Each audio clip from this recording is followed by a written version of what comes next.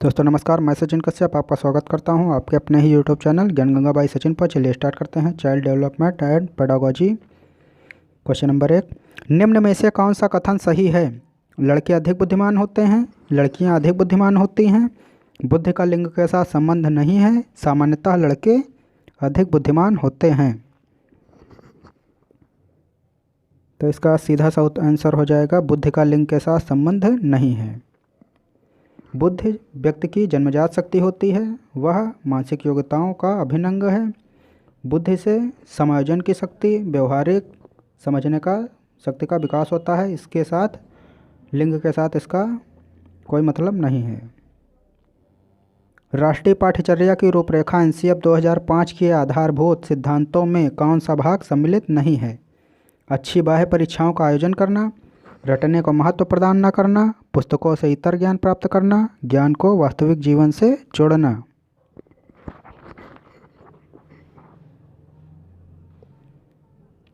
तो इसका right answer हो जाएगा अच्छी बाह्य परीक्षाओं का आयोजन करना एनसीएफ 2005 के अंतर्गत नहीं आता है, जबकि बच्चों को रटने की विद्या से हटाकर उन्हें समझाकर ज्ञानार्जन कराना है। पुस्तकों से इतर ज्ञान, व्यावहारिक ज्ञान भी उन्हें प्रदान करना है और ज्ञान को उनके वास्तविक जीवन से जोड़ना भी एनसीएफ 2005 के अंतर्गत सम्मिलित है। शिक्षा मनोविज्ञान की दृष्टि से निम्न में से कौन सा कथन सत्य है?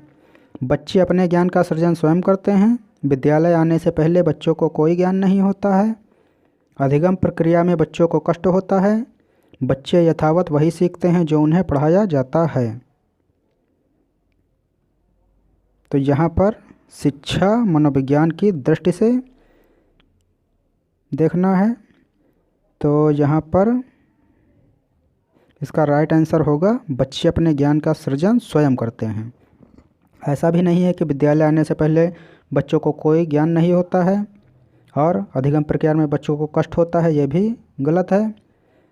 और बच्चे यथावत वही सीखते हैं जो उन्हें पढ़ाया जाता है, ये भी गलत है। डिसलेक्सिया का संबंध है मानसिक अक्षमता, पढ़ने की क्षमता, लिखने की क्षमता, शारीरिक अक्षमता। इसका राइट आंसर हो जाएगा पढ़ने की अक्षमता। डिसलेक्सिया एक पठन विकार है। छात्र अक्षरों को पहचानने में कठिनाई महसूस करते हैं, उन्हें पढ़ने की क्षमता में अक्षमता आ जाती है। परामर्श का उद्देश्य है बच्चों को समझना, बच्चे की कमियों के कारण का पता लगाना, बच्चे को समायोजन में सहायता प्रदान करना, उपरोक्त सभी।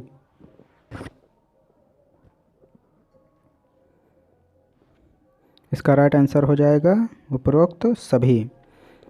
एक परामर्श का उद्देश्य में बच्चे को समझना, उसे समझाना, किस प्रकार वह पढ़ नहीं पा रहा है या क्या कमियां हैं उसको पता लगाना, ये सभी चीज़ें परामर्श का उद्देश्य हैं।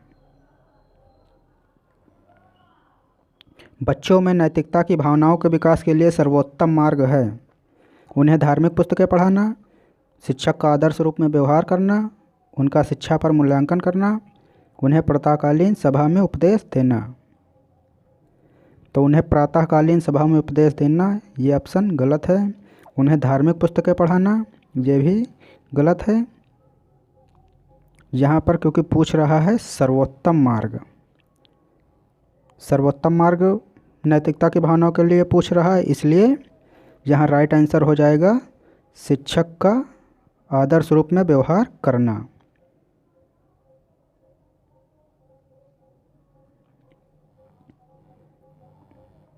शिक्षक एवं विद्यार्थियों के मध्य संबंध होना चाहिए स्नेह का, विश्वास का, सम्मान का, ये सभी। तो एक शिक्षक और विद्यार्थियों के मध्य ये तीनों होने चाहिए, स्नेह, विश्वास, सम्मान, आदर, अनुशासन सभी होना चाहिए। इसका राइट आंसर हो जाएगा ये सभी। डाल्टन शिक्षण विधि का विकास किसने किया? Froebel, Maria Montessori, miss Helen Parkhurst, Dalton.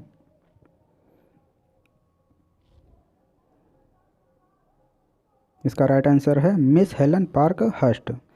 जबकि मारिया मांटेसरी विधि की प्रतिपादक हैं फ्रोबेल किंडरगार्टन विधि के। एक अच्छा अध्यापक विद्यार्थियों के मध्य बढ़ावा देता है प्रतियोगिता की भावना को, सहयोग की भावना को, प्रतिद्वंद्विता की भावना को, तटस्थता की भावना को।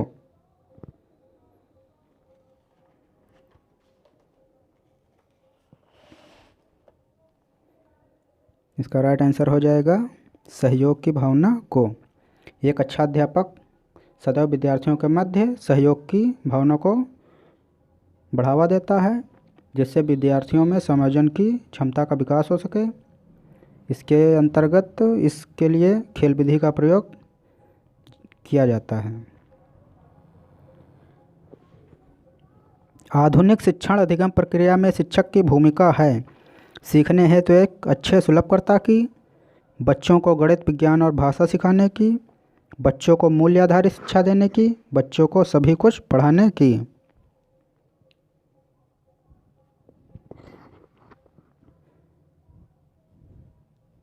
इसका राइट आंसर हो जाएगा सीखने हेतु एक अच्छे सुलभकर्ता की। एक अच्छा सुलभकर्ता या मतलब अच्छा आदर्श सदैव टीचर जो होगा वह बच्चों को सिखाने हेतु अच्छा सुलभकर्ता के रूप में कार्य करेगा। एक शिक्षक बच्चे को ऐसा वातावरण उपलब्ध कराता है जिससे छात्र आसानी से अपने को समझ को बढ़ा सकें और ज्ञानार्जन कर सकें। एक अध्यापक की दृष्टि में कौन सा कथन सर्वोत्तम है? प्रत्येक बच्चा सीख सकता है, कुछ बच्चे सीख सकते हैं, अधिक बच्चे सीख सकते हैं, बहुत कम बच्चे सीख सकते हैं। इसका राइट आंसर हो जाएगा प्रत्येक बच्चा सीख सकता है।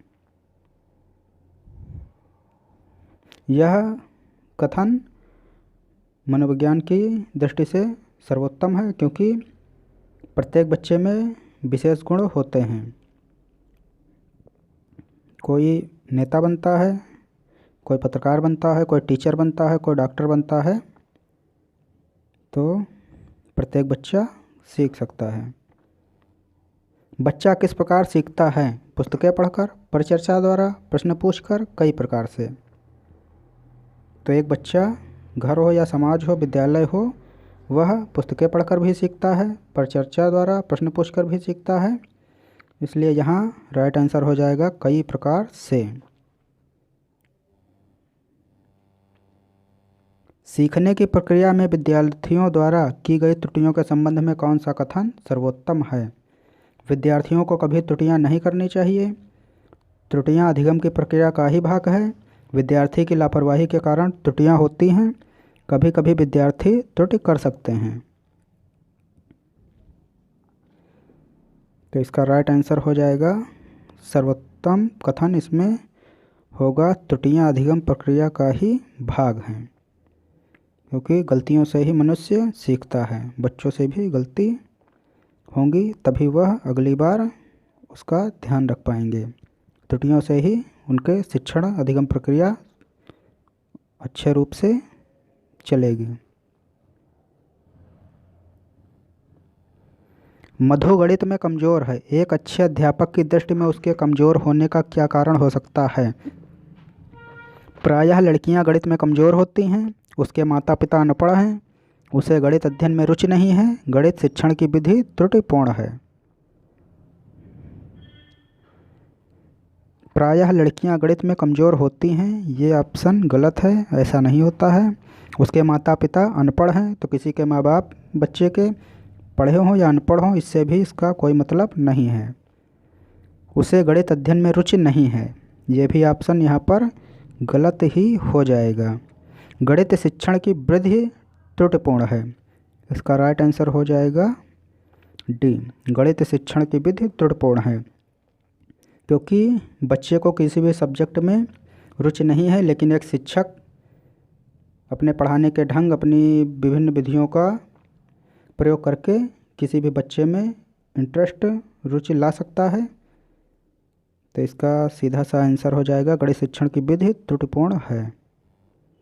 निम्न में सर्वोत्तम कथन कौन सा है? एक अच्छा अध्यापक अध्यापन के लिए व्याख्यान विधि का प्रयोग करता है, सदैव प्रदर्शन के माध्यम से सिखाता है, विद्यार्थियों को सदैव सीखने के लिए प्रेरित करता है, विद्यार्थियों को सदैव अनुशासन में रखता है।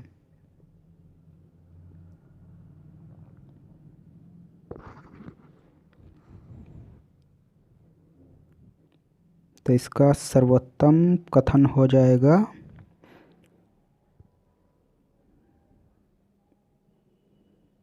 विद्यार्थियों को सदैव सीखने के लिए प्रेरित करता है एक अच्छा अध्यापक।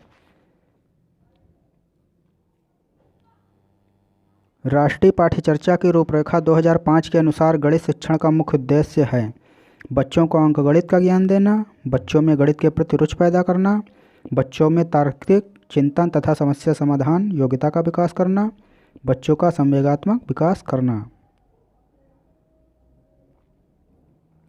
इसका राइट आंसर हो जाएगा बच्चों में तार्किक चिंतन समस्या समाधान योग्यता का विकास करना। गणित सब्जेक्ट के द्वारा एक बच्चे में तार्किक चिंतन की योग्यता विकसित की जाती है, इसीलिए गणित शिक्षण पाठ्यक्रम में रखा गया है। मानसिक रूप से स्वस्थ अध्यापक की विशेषता क्या है? वह संवेगात्मक रूप से संतुलित है, उसे अपने विषय का गहन ज्ञान है, वह अत्यधिक संवेदनशील है, वह सख्त अनुशासन पसंद है।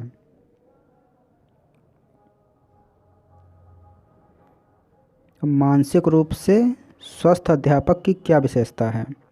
तो इसका राइट आंसर हो जाएगा वह संवेगात्मक रूप से संतुलित है। शिक्षा का अति महत्वपूर्ण उद्देश्य है आजीविका कमाना, बच्चे का सर्वांगीण विकास करना, पढ़ना एवं लिखना सीखना, बौद्धिक विकास।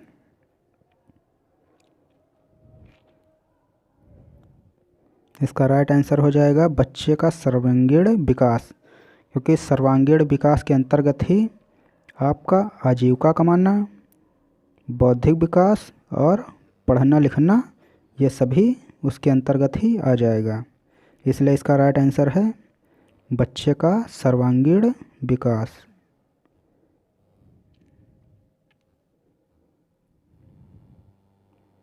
बच्चे की बुद्धिलब्धि 90 से 110 के मध्य है, वह है सामान्य बुद्धि, प्रखर बुद्धि, उत्कृष्ट बुद्धि, प्रतिभाशाली। बच्चे की बुद्धिलब्धि 90 से 110 के मध्य है, इसलिए वह सामान्य बुद्धि का है, जबकि 110 से 120 के आसपास होती है तो वह तीव्र बुद्धि या उत्कृष्ट बुद्धि का होगा। 120 से 130 तक है तो वह उत्कृष्ट बुद्धि प्रखर बुद्धि। और बच्चे की बुद्धिलब्धि अगर 130 से 130 प्लस है बुद्धिलब्धि,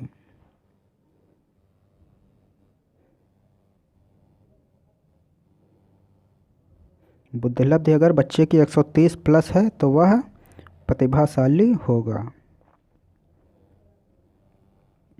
सतत एवं व्यापक मूल्यांकन में व्यापक मूल्यांकन शब्दावली का तात्पर्य है सभी विषयों का मूल्यांकन, सहशैक्षिक क्षेत्र का मूल्यांकन, शैक्षिक एवं सहशैक्षिक क्षेत्र का मूल्यांकन, शैक्षिक क्षेत्र का मूल्यांकन।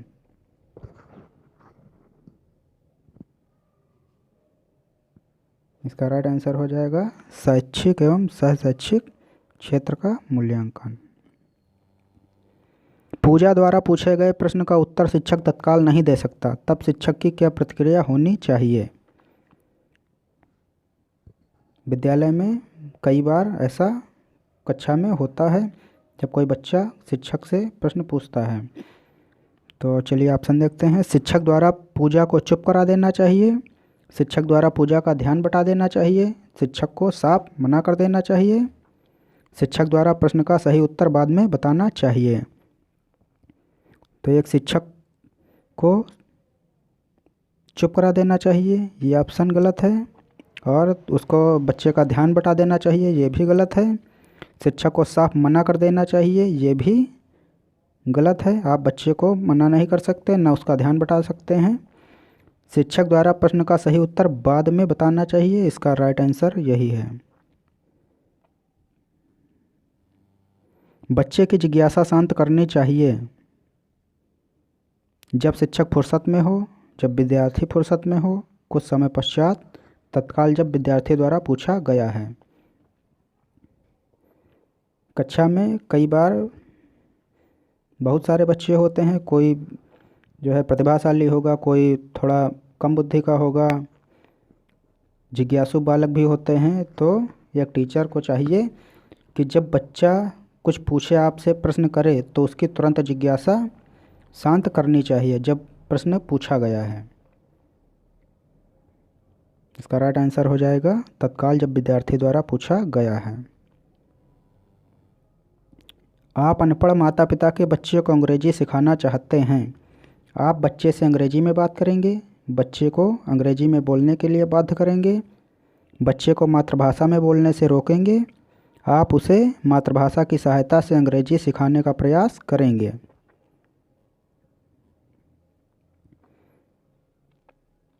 इसका राइट आंसर हो जाएगा आप उसे उसकी मातृभाषा की सहायता से अंग्रेजी सिखाने का प्रयास करेंगे। पुरस्कार एवं दंड हैं सकारात्मक प्रेरक, स्वाभाविक प्रेरक, अर्जित प्रेरक, कृत्रिम प्रेरक। पुरस्कार एवं दंड पुनर्बलन है मनोविज्ञान में, लेकिन यहाँ पर इसका राइट आंसर होगा कृत्रिम प्रेरक। पुरस्कार से बच्चों में जो है सकारात्मक गुण होता है। जब आप किसी बच्चे को पुरस्कार देते हैं तो वह उसके व्यवहार को नियंत्रित और प्रोत्साहित करते हैं। पढ़ने के लिए आगे उनको जो है अच्छा होता है। दंड से भी बच्चे पढ़ेंगे।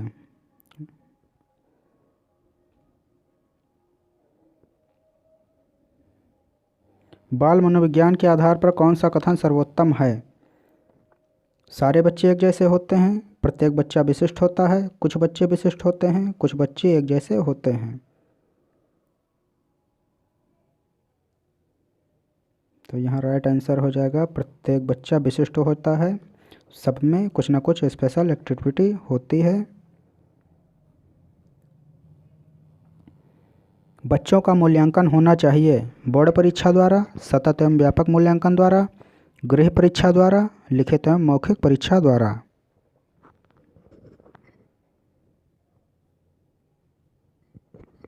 इसका राइट आंसर हो जाएगा सतत एवं व्यापक मूल्यांकन द्वारा। इसके द्वारा छात्रों के शैक्षिक व्यवहारिक उपलब्धियों का पता चलता है तथा उनकी कमजोरियों का भी पता चलता है कि किस कारण से उनका शिक्षण प्रभावित हो रहा है।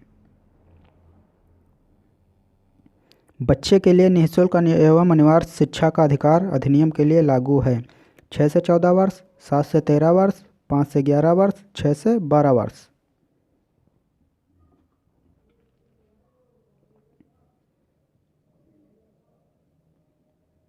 शिक्षा का अधिकार अधिनियम 2009 के अनुसार 6 से 14 वर्ष तक के बच्चे को निःशुल्क शिक्षा और अनिवार्य शिक्षा का प्रावधान रखा गया है। भारतीय संविधान के भाग 3 के मौलिक अधिकार के अनुच्छेद 21A के अंतर्गत 21A के अंतर्गत शामिल कर लिया गया है इसे।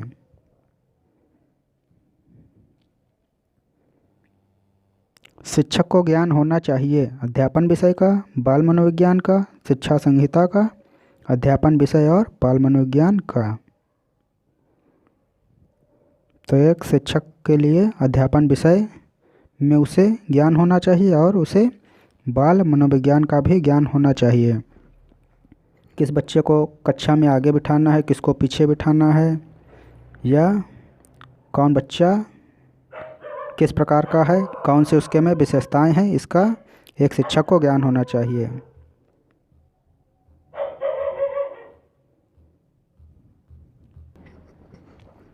एक बच्चा प्रायः कक्षा में प्रश्न पूछता है, उचित रूप में इसका अर्थ है वह शरारती है, वह अधिक जिज्ञासु है, वह प्रतिभाशाली है, वह असामान्य है।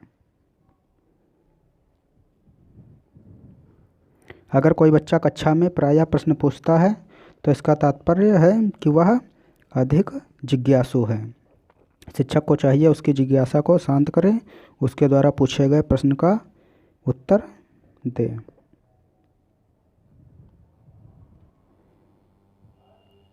एक बच्चा अपने सहयोगियों के साथ झगड़ता है, आप क्या करेंगे? आप उसे सजा देंगे, आप बच्चे को विद्यालय से निकाल देंगे, झगड़ने के कारण का पता लगाएंगे, उसके अभिभावक से शिकायत करेंगे।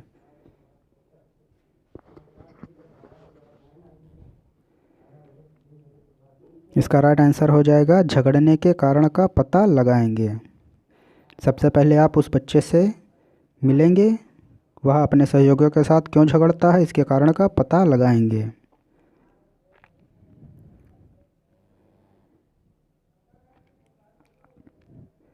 आप सभी को हमारी वीडियो अच्छी लगी हो, आप हमारी वीडियो को लाइक करें, ग्रुप में अपने शेयर करें, चैनल को हमारे सब्सक्राइब करें और बेल आइकन की घंटी को ज़रूर दबाएं, जिससे आने वाली नई वीडियो की नोटिफिकेशन सबसे पहले पहुंचे आप तक।